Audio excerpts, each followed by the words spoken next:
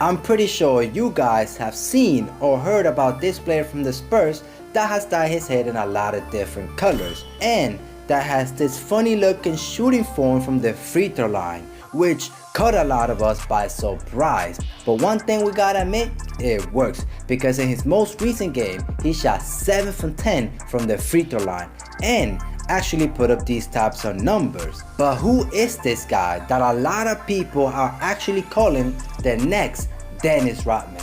Let's just get right into it and find out. So his name is Jeremy Sochan and he's about 6'8" and weighs 230 pounds, in case you didn't know. And he was selected with the 9th overall pick back in the 2022 NBA draft. And a lot of people, bro, a lot, question the Spurs for picking him with the 9th pick. And I understand why, because when we look at his stats during college, he only put up 9 points during his 1-year stint with Baylor, and he was actually coming off the bench for them. But the one thing that the Spurs do best is look at potential instead of stats, and that's the same with this guy, because during his 1-year stint there with Baylor, he showed on defense that he's an elite defensive prospect who can defend across all positions. We're talking 1 through 5.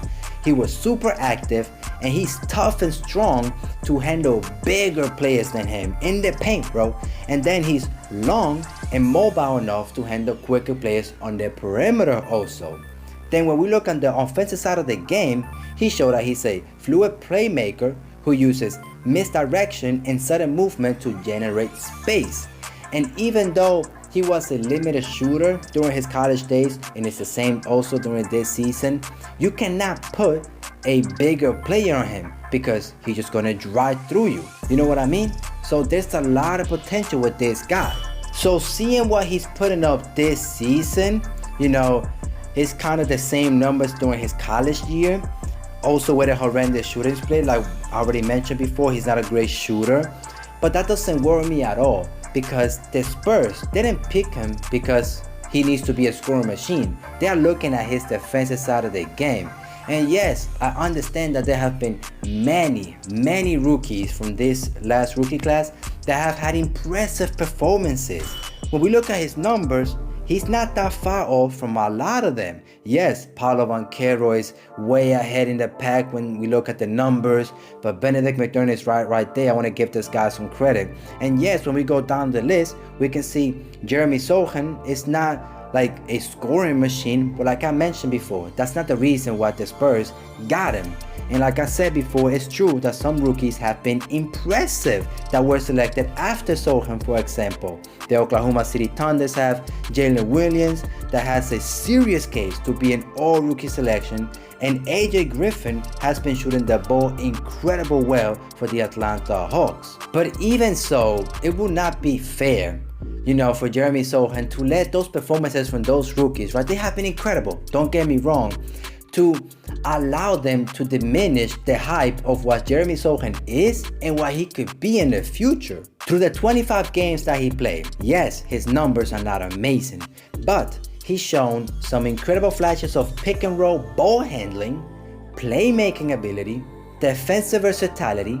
He hustles hard, he communicates with his team, and he has to display excellent awareness all over the court, bro. He can serve as a rim protector in a pick and roll situation, or he can defend the point of attack. So this guy can roll to the paint or defend the guard, bro.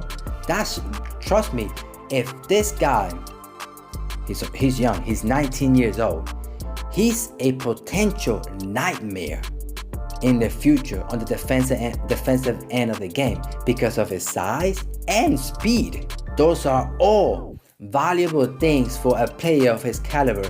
Like I said, the Spurs are not looking to have the next superstar, the next guy that can score than 30 points. They're looking for a guy that can defend, that could be a future all defensive type talent. I mean, that's what I believe, and the report says. And right now he's showing that in the future, bro, he will be very good defensively. Let's give this guy a few more years, bro, and a lot of us are gonna know his name. For now, this is kind of the video that I wanted to make so that you guys can understand who this guy is, because lately he's been getting a lot of hype. But this guy is gonna be great. Don't forget about this, and he might actually end up being the next Dennis Rodman. I don't believe it. I feel like he's gonna be like a Draymond Green type player. That's not a bad player to turn out to be. This guy's a 4-time NBA champion, Defensive Player of the Year winner. So the sky's the limit for this guy, and I see it happening. But let me know your thoughts down in the comment section. Thank you so much for watching. If you made it this far, I really appreciate you. And if you're new, don't forget to hit that subscribe button, and hopefully I'll see you all in the next one.